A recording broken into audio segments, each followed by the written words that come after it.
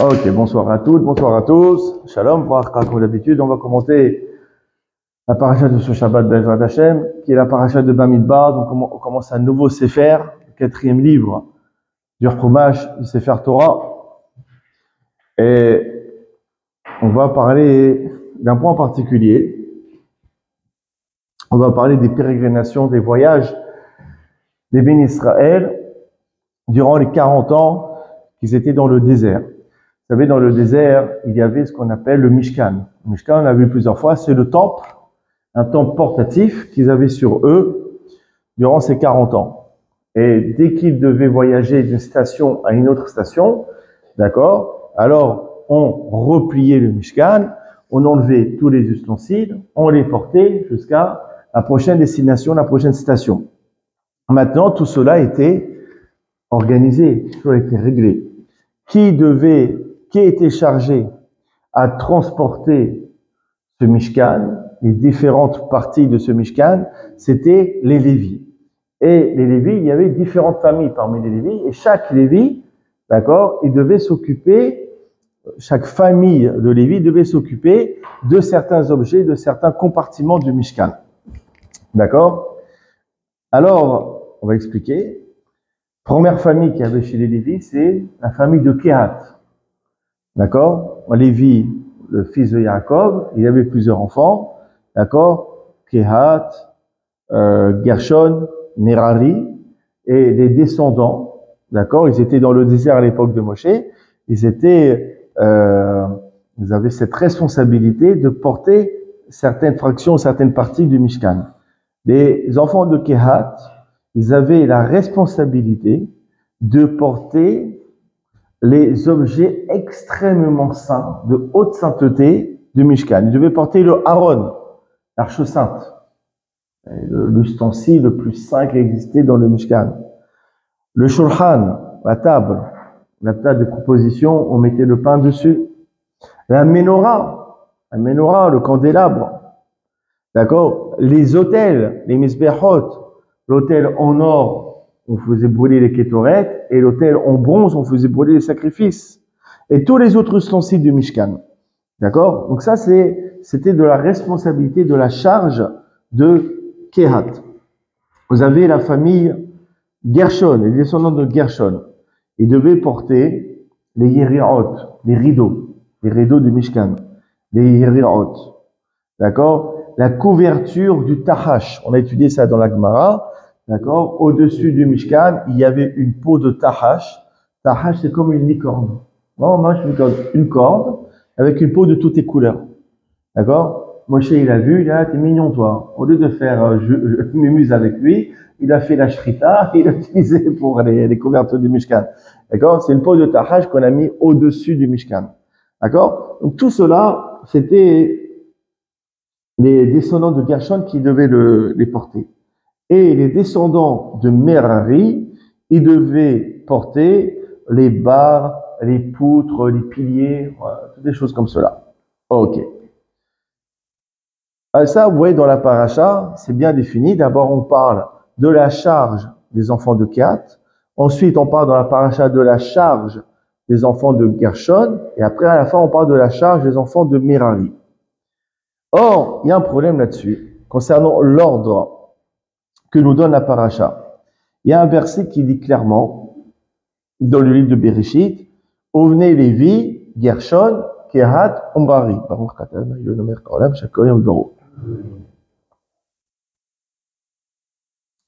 Il nous dit le verset que les enfants de Lévi s'appelaient Gershon, Kehat, Merari, dans l'ordre justement chronologique. Le premier c'était Gershon, le deuxième c'était Kehat, et le troisième, c'était Merari. Donc, Kehat, c'était quoi? C'était le deuxième enfant de Lévi. Oui, il y a quelque chose, non? Il y a une tira qui te baladait. C'était dehors, ça va. Et sur le balcon. Ah ouais? Ouais, c'est ça. Mais bon, il a redescendu. Bon, tant qu'il n'est pas chez nous, ça va. Moi, je suis pas ouvert, là. C'est un guilgoul. Alors, donc, Lévi, il avait quoi comme enfant? Il avait, vous savez, à Belleville, les souris, c'était fréquent. Hein. Alors, Les enfants de Lévi, c'était qui? Gershon, Kehat, Merari. Donc Kehat, c'était quoi? C'était le deuxième enfant. D'accord? Alors pourquoi ici, lorsqu'on parle de la liste des familles de Lévi qui doivent porter les objets, Kehat, on aurait dû parler de lui en seconde position. Or, on voit qu'on a placé en première position, on a parlé de lui en première position. Alors, il y a une question. Alors, c'est quoi la réponse? Pour voir la réponse, il faut aller dans le Midrash Rabbah, Bamidbar Rabbah. Et je vous cite le Midrash. Il dit, Afa'alpi, malgré chez Gershon Bechor, que c'était Gershon l'aîné. Le premier-né, c'était Gershon. Au Massinou, et nous trouvons chez Bechor, comme que dans tous les cas, Halak akatub kavod à Bechor. Toujours la Torah, elle a donné un grand kavod, un grand honneur au Bechor. Le Bechor, il a double part pendant l'héritage, le premier-né. D'accord? Normalement, avant la faute du veau d'or, c'était le premier-né qui devait servir dans le temple.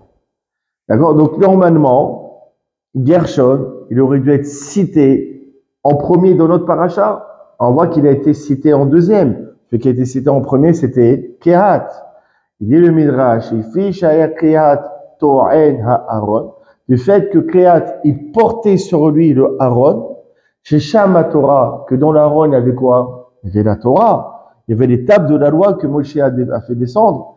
Ikdemo Akatub la Gershon. Pour ça que la Torah l'a devancé par rapport à Gershon.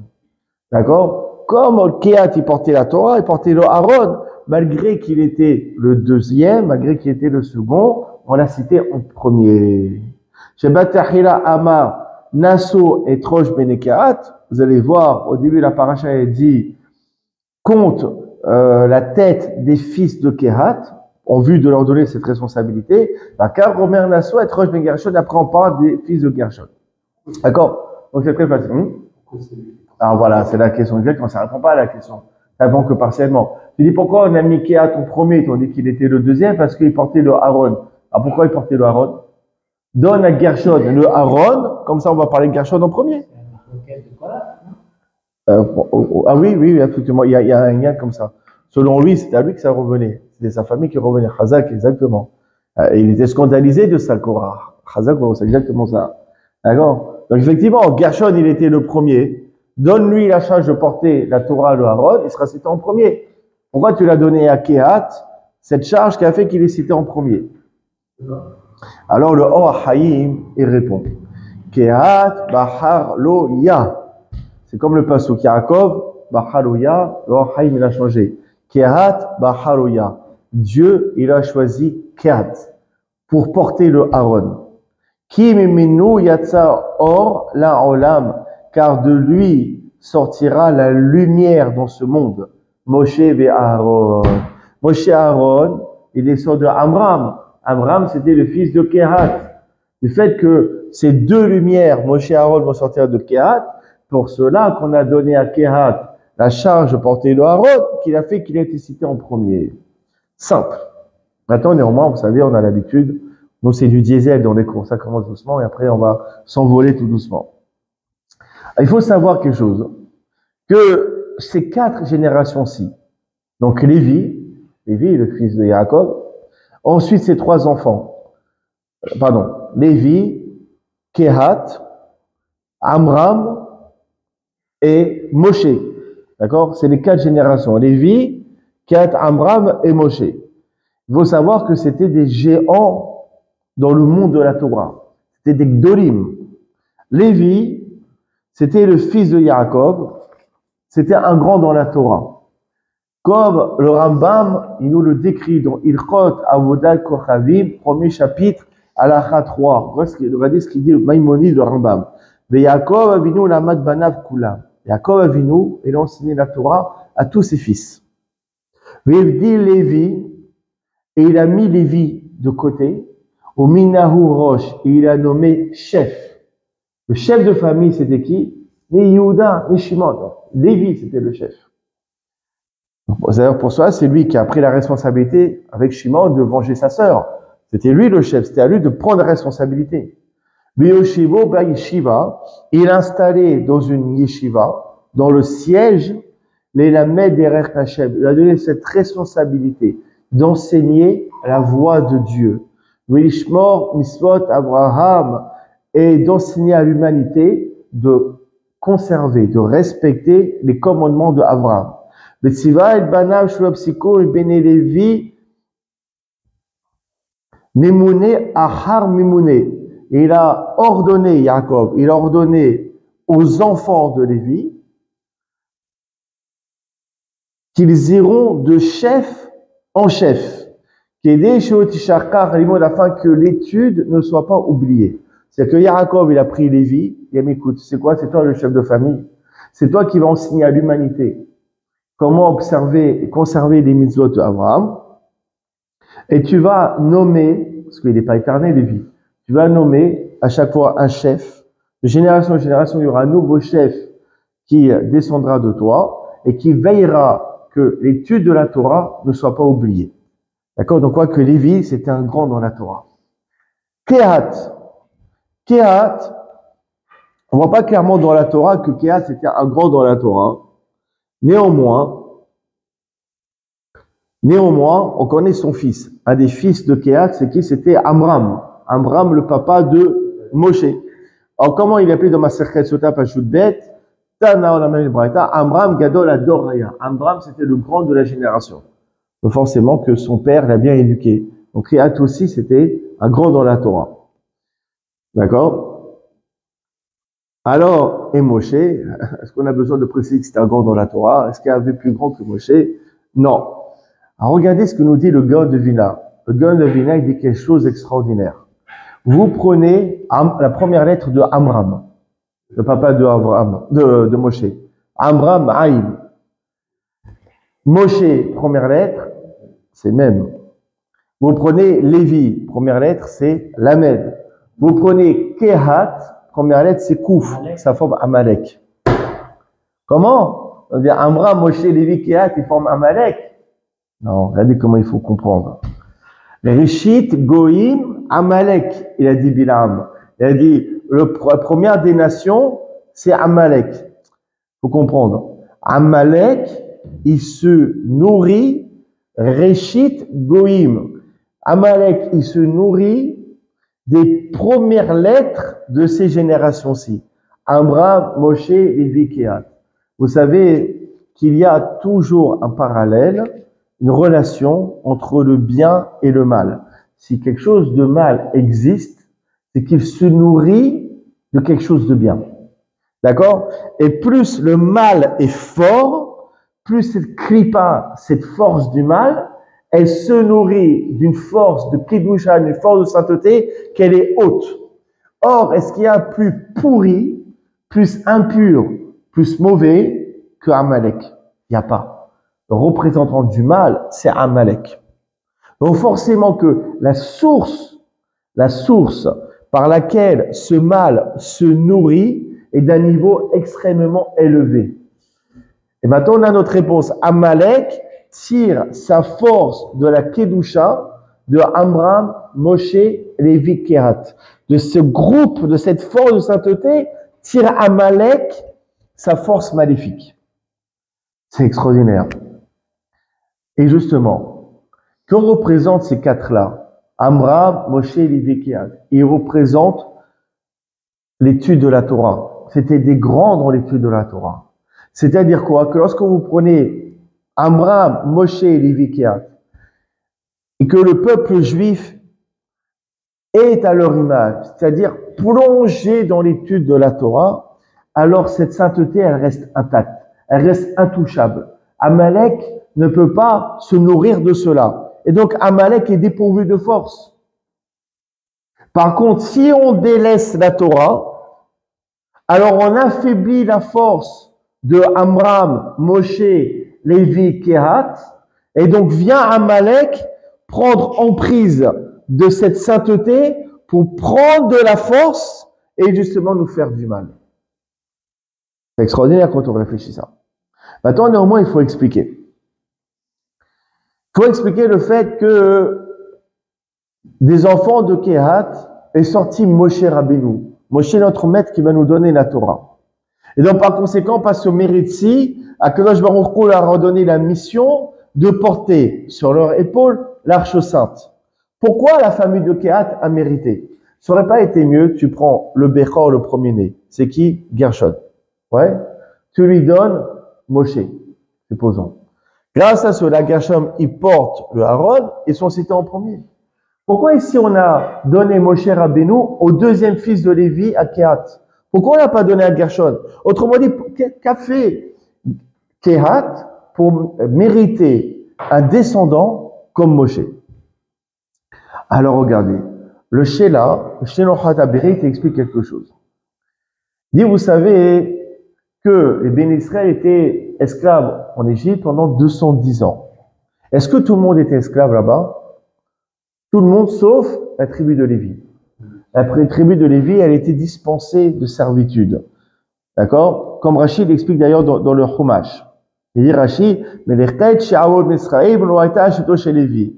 D'accord? La servitude de l'Égypte n'incombait pas sur la tribu de Lévi. Mais d'ailleurs, il y a une preuve. Moshe et Aaron Yotzi, on voit que Moshe et Aaron, ils passent leur temps à rentrer et sortir à Pharaon. Ils ne travaillent pas, ces gens-là. Toute la journée, ils rentrent, ils sortent dans le palais. Ils n'ont rien à faire, c'est pas des esclaves, eux. Non! Comme c'est des Lévis, d'accord? Eux, ils n'étaient pas esclaves. Alors, normalement, pour les Lévis, c'est la fête au village. Tout le monde se crève au travail. Eux, ils peuvent aller au bord du Nil, siroter des cocktails, kiffer. Oui ou non? Tout le monde travaille, ils ont qu'à kiffer. Qu'est-ce qu'il y a? Ils sont pas esclaves. Vous voyez qu'ils étaient dans cet état d'esprit, la tribu de Lévi? Non, la tribu de Lévi n'était pas du tout dans cet état d'esprit. D'accord? Il faut savoir que malgré cela, Lévi, qu'il était malgré cela dispensé d'esclavage, d'accord, il s'attristait du sort de ses frères qu'eux étaient en train de crever de servitude.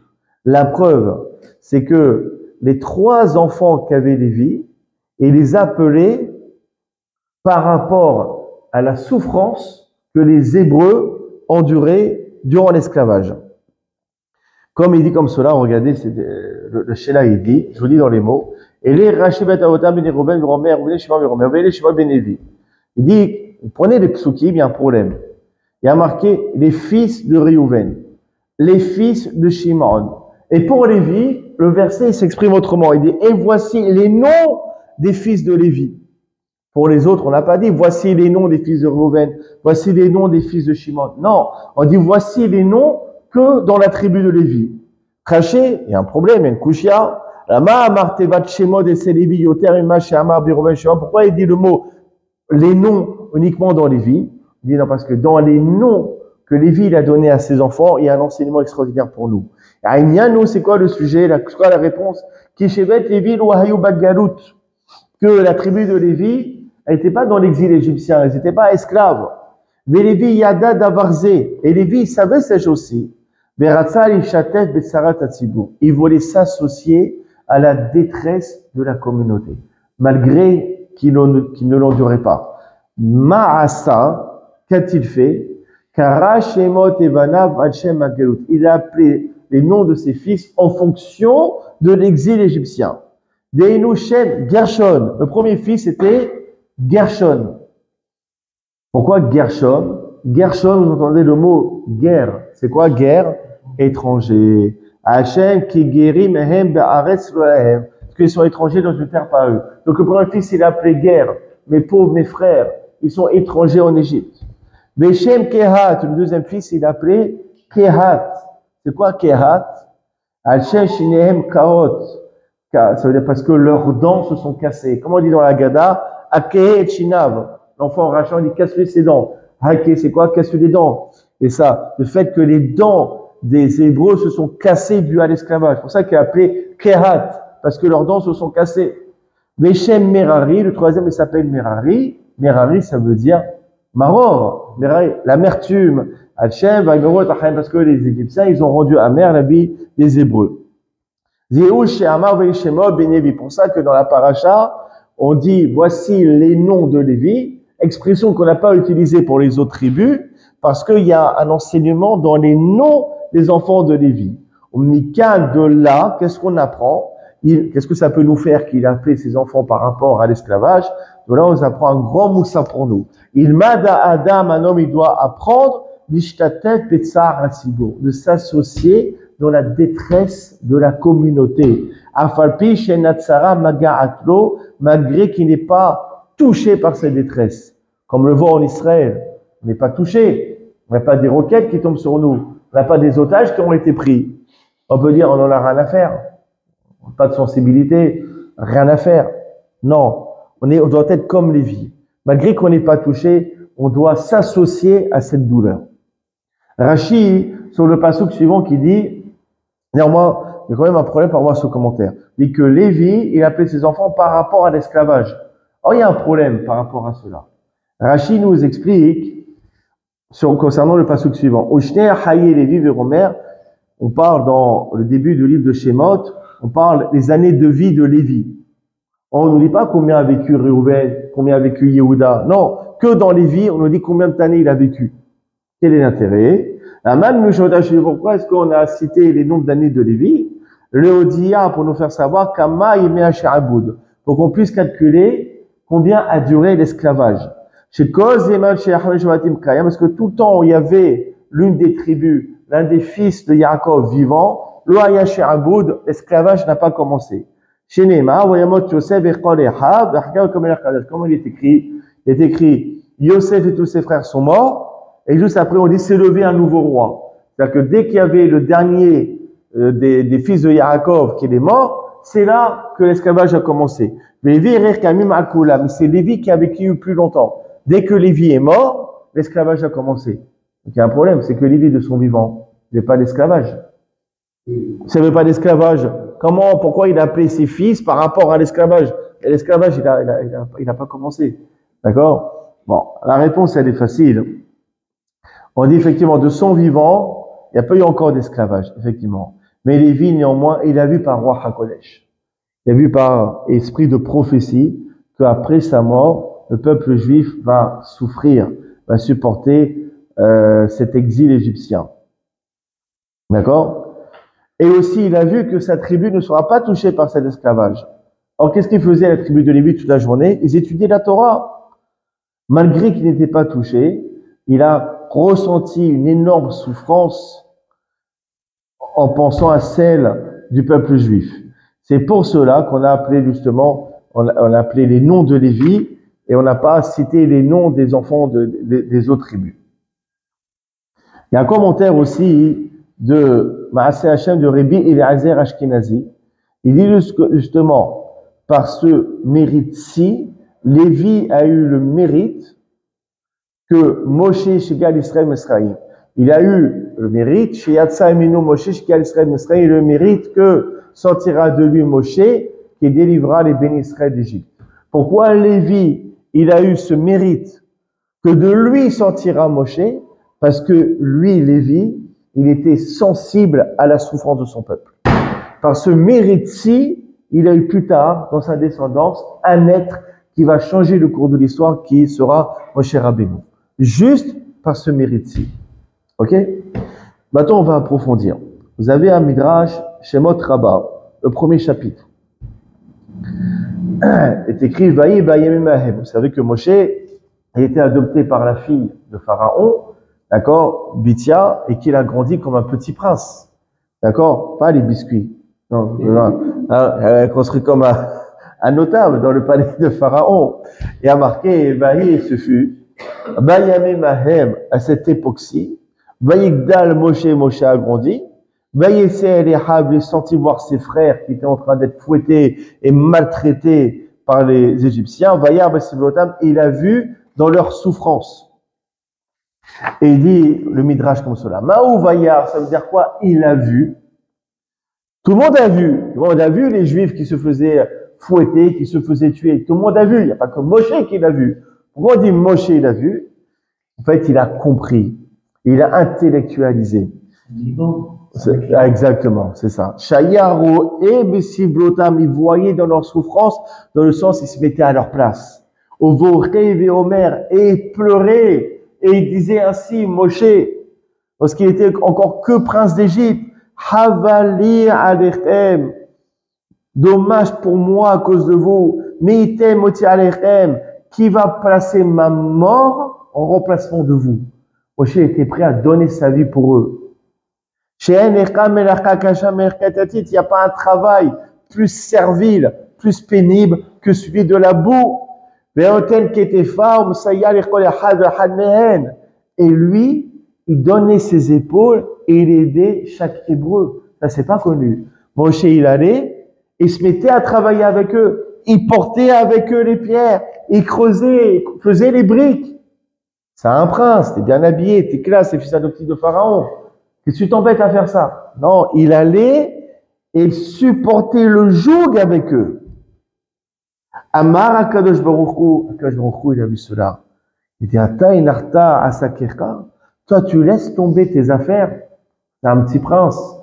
Occupe-toi de la comptabilité du royaume, occupe-toi des armées, occupe-toi du festin de Pharaon. Non, toi, tu as laissé tomber tes occupations.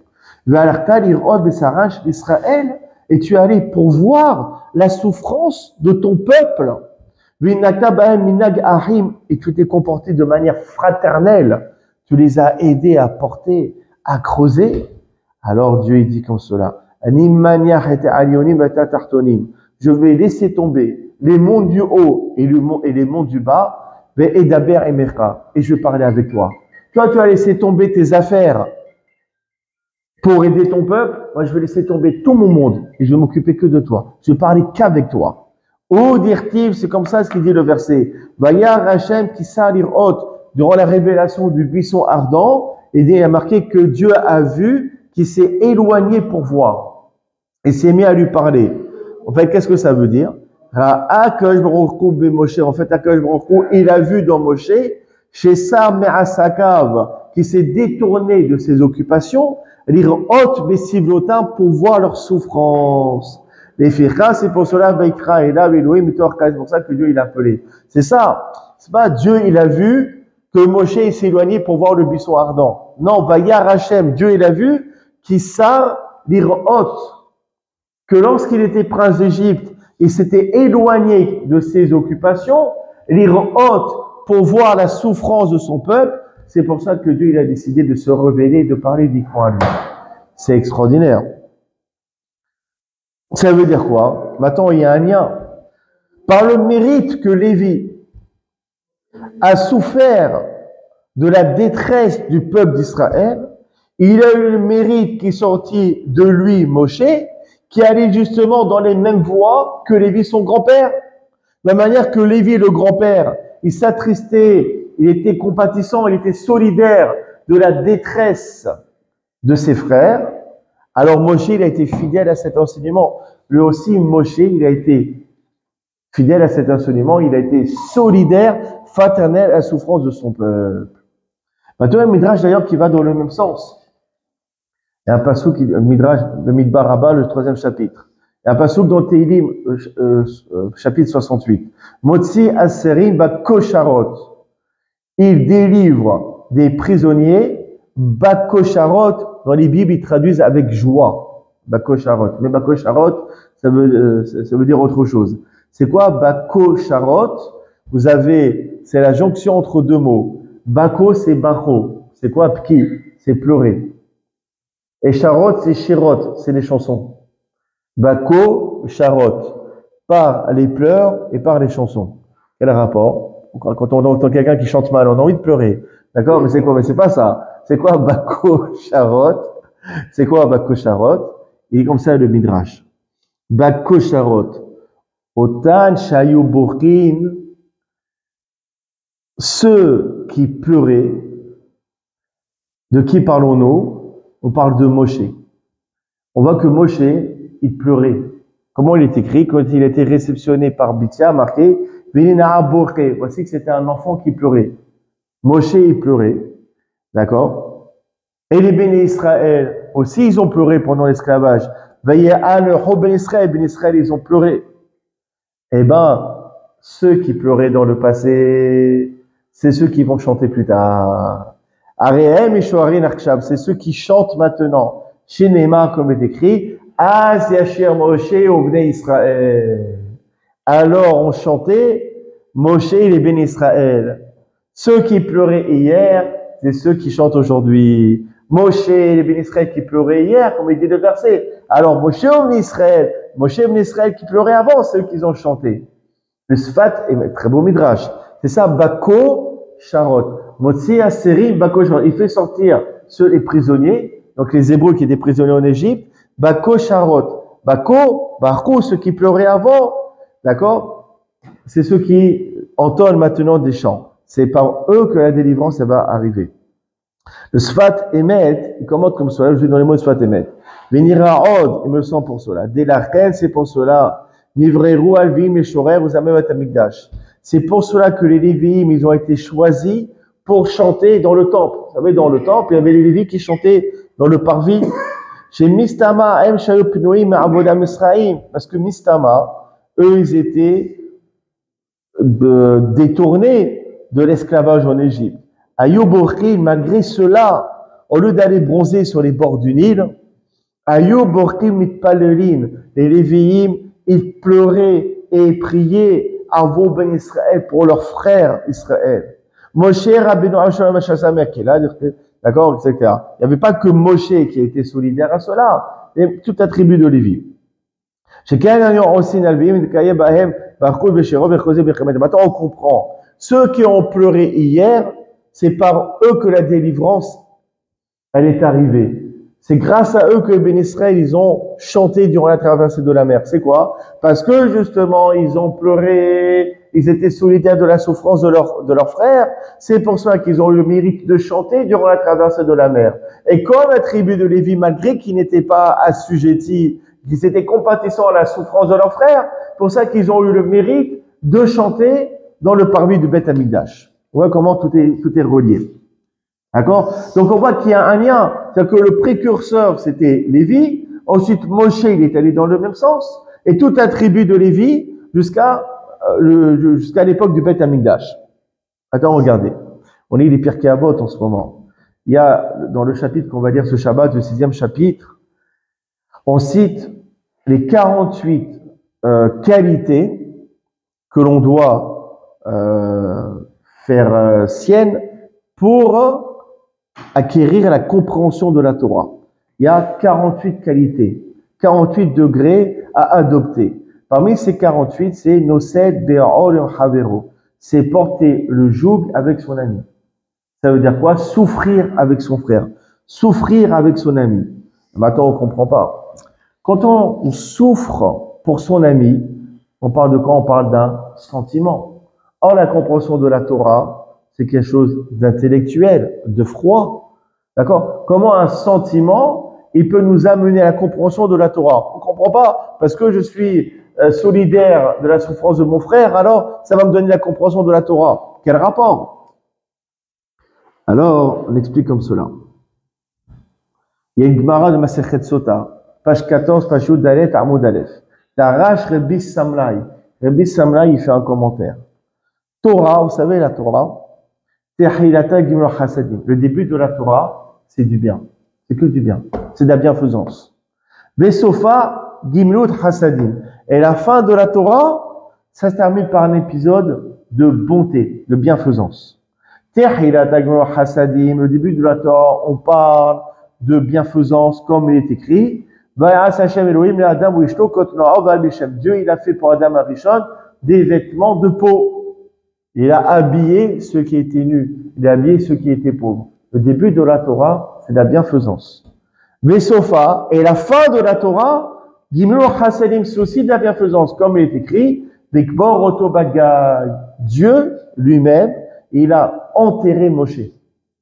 Il a enterré Agai. Le fait d'enterrer les morts, c'est de la bienfaisance. Donc la Torah, ça commence par du Chesed, ça s'amène par du Chesed. C'est-à-dire que toute la Torah, c'est que de la bonté. C'est pas de la violence. C'est pas des lapidations et des guerres. C'est que de la bonté, la Torah. Le Marat de Prague, il dit comme cela. Il faut que tu comprennes par la chokma, par l'intelligence. Qui midat Avraham et midat Torah. Que la midat, la qualité de Avraham, qui est celle de la bonté, c'est la qualité de la Torah. Kia Torah tikra Torah de Chesed. Parce que la Torah, elle appelait Torah de Chesed, dans Eshet Haïl, une Torah de bonté. Baiser, mitzad ki Torah derachka derkenu amikna shalom, comme il est écrit dans Mishlei. On dit les voies de la Torah, ce sont des voies qui sont agréables. Donc vous allez me dire, dans la Torah, il y a des guerres, il y a des lapidations, on brûle des gens. Oui ou non? Il y a des passages comme ça dans la Torah. Ah, attends, toi tu es dans le monde des bisounours, sa Torah c'est que de la bonté. Il dit le Mahabharat de Prague. Même si dans la Torah tu vas trouver des condamnations à mort et des peines de retranchement. Le but de la Torah, c'est de faire triompher le bien dans le monde. Qui ne se trouve aucune mauvaise chose. C'est tout. Si la Torah dit qu'il faut lapider telle personne, c'est pas pour faire du mal, parce qu'il y a quelque chose de néfaste qu'il faut éliminer. Si on doit faire la guerre contre Midian, contre Amalek, c'est pas pour se défouler, c'est pas de la violence, parce qu'on sait que ce sont des peuples qui vont amener des maux et des massacres dans le monde, donc il faut exterminer cette mauvaise chose. Et nos maîtres, ils l'ont dit, en allusion dans cette Gemara de Sota que je vous ai citée, Tanya Rabbi Samla Yomer, Torah Tachayatek Gmor Hasadim, Besofa Gmor Hasadim. Béarou basé d'avoir Gadol, là-dessus, nos maîtres expliquent quelque chose d'extraordinaire. Que tout le but de la Torah, c'est de faire triompher le bien dans le mal. Au-Firqa, dans le monde. Au-Firqa, c'est pour cela. At-Halatek Gmor Hasadim, Shu'asiyat Atov, V'ni'adav, Tachli Torah, Atov Agamour. D'accord, d'abord, c'est ce qu'on dit. On dit quoi? Il y a un passage dans la Torah qui est connu, tu aimeras ton prochain comme toi-même. Et Rashi ramène ce midrash de Torah de Kohanim. Amar Rabbi Akiva, il a dit Rabbi Akiva, Zekla Gadol Torah. C'est le grand principe dans la Torah. C'est quoi? La Torah, c'est d'amener de l'amour et du shalom dans le monde. Donc si tu aimes ton prochain comme toi-même, tu es en train d'accomplir le principe même de la Torah. Comme aussi se convertit dans Masechet Shabbat Ahmed Aleph, qui est parti voir Hillel pour se convertir sur une jambe. Il ne voulait pas faire 4 ans d'examen au consistoire pour peut-être être converti. Non, il voulait être converti, merci. On a claquement de doigts. Alors, il a dit quoi? Hillel, De'alaksane le havrar kataravid. Ce que n'est pas qu'on te fasse, ne fais pas ton prochain. C'est ça toute la Torah. C'est le principe même de la Torah. D'accord? Maintenant, on comprend le lien entre la qualité qui est requise pour acquérir la compréhension de la Torah, c'est nosé be'olim havero. C'est de porter le joug avec son ami. Pourquoi? Du fait que la Torah, ça n'est que de la bienfaisance. Ça n'est que de la bonté. Si toi-même, tu n'es pas un bienfaiteur, tu n'es pas bienveillant, si toi-même, tu n'as pas un cœur qui est bon, si toi-même tu n'es pas sensible à la souffrance de ton ami, tu n'as rien à voir avec cette Torah. Cette Torah ne peut pas te pénétrer. Une Torah de bonté, elle ne peut pas rentrer dans un cœur en pierre. C'est pour cela que justement, pour acquérir la Torah, il faut que tu sois chesed comme la Torah elle-même elle est. C'est important. Et maintenant on comprend. Vayomer Moshe el Elohim anochi kelech el paro v'chposeh b'Israël Misraïm. Lorsque Dieu il demande à Moshe d'aller en Égypte pour délivrer le peuple, Moshe il a dit à Dieu, mais qui je suis pour que j'aille faire un on? Et qu'ont mérité les enfants d'Israël pour sortir d'Égypte? Moshe dit, je comprends pas. Eh bien, Israël, c'est des idolâtres, c'est des délateurs, c'est des médisants. En quoi ils méritent de sortir? Alors Dieu répond, Vayomer Keye'ima. Il a dit, car je serai avec toi. Qui est heuillé, je serai avec toi. Retenez bien ce mot. C'est quoi ce terme de Éruye? Alors regardez ce passage dans le Chumash, dans le même passage. Yomer Moshe Elohim Anochi Baal Ben Israël, je vais me présenter auprès des Juifs. Je vais leur dire, le Dieu de votre père s'est révélé à vous. Ils vont me demander, mais c'est quoi son nom? Qu'est-ce que je vais leur répondre? Yomer Elohim Moshe, Dieu il a répondu, Éruye, Asher Éruye. Je serai qui je serai. C'est une réponse ça? On demande ton nom. Donne-moi ton nom. Comment tu t'appelles? Victor, Jean-Claude. Dis comment tu t'appelles. Non, je serai qui je serai. C'est pas une réponse, ça. Si, c'est une réponse. Il dit Rashi, je serai avec eux dans cette souffrance-ci, et je serai avec eux dans les autres souffrances.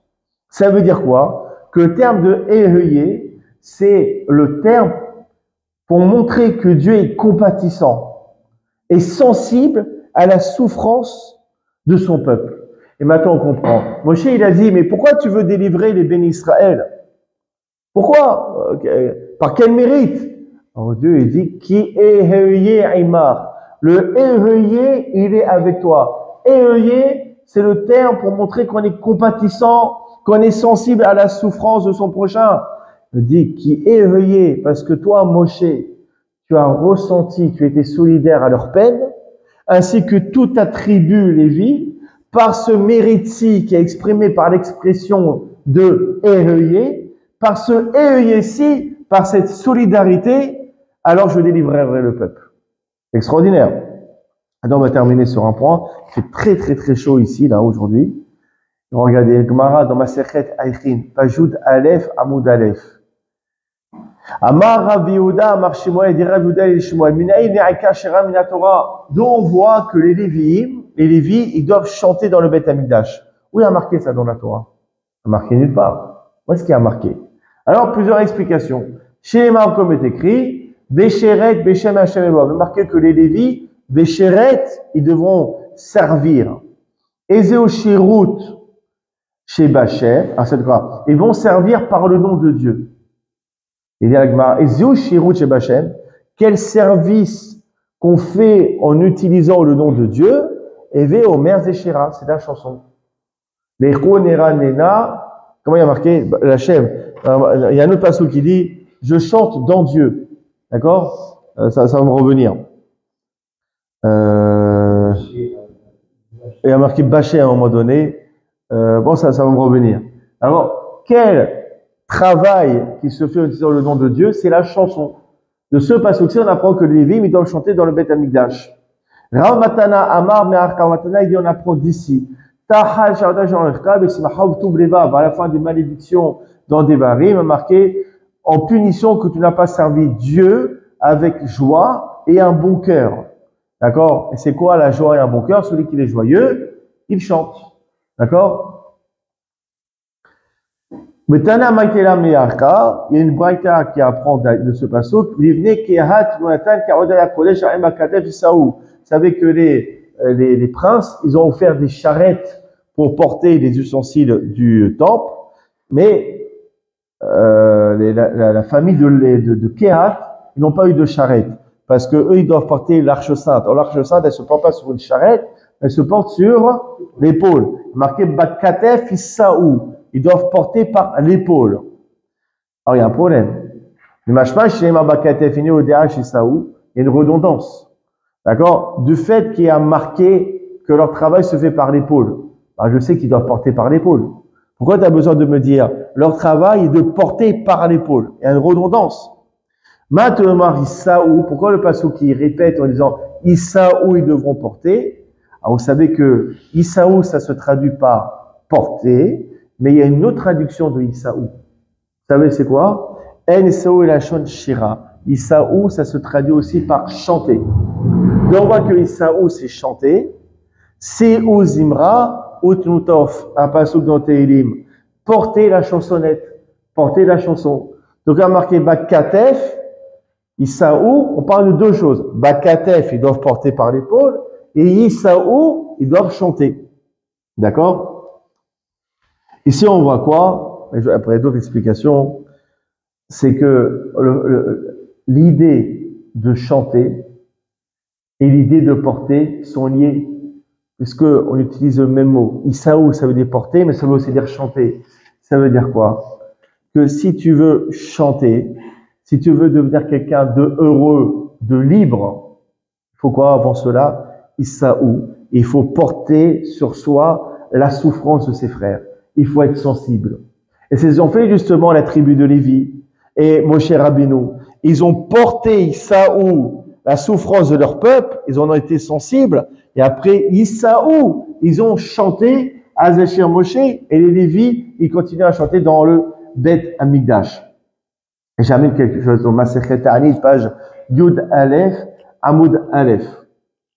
Tanou Rabbana a marqué dans une braïta. Bizman Yisraël Shorim Batsa'a, dans une époque où le peuple juif est dans la détresse, comme de nos jours, on fait une situation catastrophique, au firash echad mehem, et qu'une personne elle s'en écarte. Mais moi, j'en ai rien à faire de ce que les Juifs y vivent. Ah, je suis totalement insensible. C'est le cadet de mes soucis. Regardez ce qu'elle dit la Gemara. Viennent deux anges. Ça fait peur déjà. Viennent deux anges. Shema Vino et Adam, qui vont l'accompagner. Ils vont poser leurs mains sur sa tête et ils vont dire, pélonisé chez Perash Menat Sibour, cette personne-ci, qu'il s'est extrait de la souffrance de la communauté, qu'elle ne voit pas la paix, la consolation de Tzibour. Elle n'a pas voulu être là quand ça allait mal, et bien quand ça ira bien, elle ne sera pas là. Elle ne sera pas là. Tana Ida, une autre bataille qui est comme cela. Bismal Shatsibour Shao Bessar, tout le temps où la communauté est dans la détresse. Aliomar Adam, pas un homme, il se dit, je vais aller chez moi à la maison, je vais manger, je vais boire, et que mon âme elle repose en paix. Non, on doit s'attrister, on doit pleurer, on voit les informations, on voit des hayalim qui tombent tous les jours, on voit les actes antisémites partout dans le monde. Il faut être angoissé, il faut pleurer, il faut prier. C'est important. Si une personne elle est indifférente, Allah va tomber un passage qui est sur lui. Ceux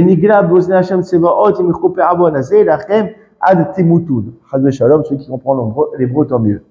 Et là, il dit la Gemara, un homme il doit souffrir avec le Tzibour.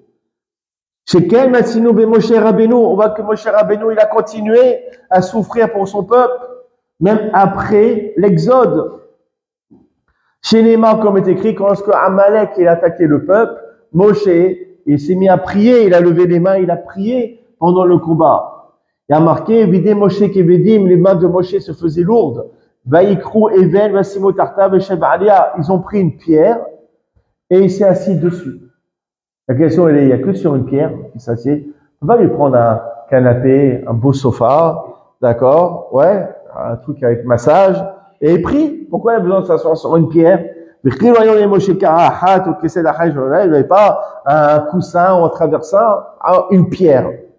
Et là, car quand même, Moshe Massi, il a dit Moshe, oui, Israël, du fait que mon peuple est dans la détresse, ils se font agresser par ce peuple de barbares qui est Amalek, alors moi aussi, je serai avec eux dans la souffrance. C'est pour cela qu'il s'est assis sur une pierre et pas sur un coussin. Mais comme ça, tout celui qui souffre avec le Tzibour, il aura le mérite de voir la consolation du Tzibour. Et maintenant, on va reprendre des éléments du cours, on va comprendre ce passage. On voit que Amalek a attaqué le peuple juif. On dit que Amalek était sa force de qui? On a dit de Amram, Moshe, Lévi, d'accord, de ces lettres-ci. C'est-à-dire quoi? Comment l'expliquer? Amalek qui tire sa force du Bitul Torah. Quand le peuple juif n'étudie pas la Torah, perdent leur temps dans des futilités au lieu d'étudier la Torah, on avait dit qu'Amalek tire sa force, il se renforce. Et donc là, il attaque le peuple. Maintenant, il faut comprendre, si le peuple juif n'étudie pas la Torah, pourquoi? Quelle est la cause? Parce qu'il y a un manquement. Il y a un manquement à l'une des qualités qui est requise. C'était laquelle? Celle qu'on va lire dans Pirkei Avot. Nosé be'or havero, être sensible à la peine de son prochain.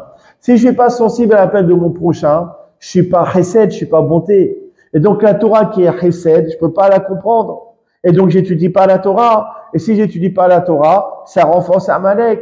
Et ils viennent nous agresser, ils viennent nous violer, ils viennent nous tuer, ils viennent nous brûler. Alors c'est quoi la réparation? Moshe il a très bien compris. Alors Moshe il a compris qu'il fallait donner l'exemple afin de planter dans le cœur des bénis Israël cette qualité d'être nosé be'or havero, de porter le joug de son prochain. Qu'est-ce qu'il a fait pendant l'attaque de Amalek? Il s'est assis sur une pierre pour souffrir avec son peuple. Et donc il a porté le joug de son prochain. Cette mida elle est devenue contagieuse, elle s'est répartie dans l'ensemble du peuple. Et donc le peuple, une fois qu'il est devenu bon et compatissant, qu'il est devenu un chesed, ils peuvent se remettre dans l'étude de la Torah qu'elle est chesed, et par l'étude de la Torah, on affaiblit Amalek, et c'est la victoire du peuple juif sur Amalek. Il est là justement le lien. Et on voit effectivement, c'est criant d'actualité. On est à Votaï, on est attaqué par Amalek. Ce Hamas, Mamash, c'est Amalek, Béli Safek. Mais de quoi il tire sa force? On n'a pas la réponse à tout. D'accord? Mais en tout cas, d'où il tire sa faiblesse? Vous savez quoi? Ceux qui étudient la Torah. Quand on fait un cours de Torah, ou même deux cours comme on a fait ce soir, quand il y a des jeunes qui étudient du matin et toute la nuit par presque à la yeshiva, les gauchistes en Israël, ils comprennent pas que la force de ça, la force du peuple juif, l'anéantissement, l'affaiblissement de notre ennemi, ça passe par les étudiants en Torah. Ceux qui étudient la Torah dans les yeshivot, c'est eux qui affaiblissent Amalek, c'est eux qui affaiblissent le Hamas. Et c'est ça justement qu'il faut comprendre. Automatiquement, ils vont s'affaiblir. Mais pour cela, termine là-dessus. Non, pas. D'accord. C'est bon. Mais en tout cas, comment est-ce qu'on le fait? D'accord? En étant solidaire, en étant compatissant, en étant sensible, en faisant de chesed. Et Bezat Hashem, on verra la Géoula et la fin de tous ces problèmes. Baruch Amen.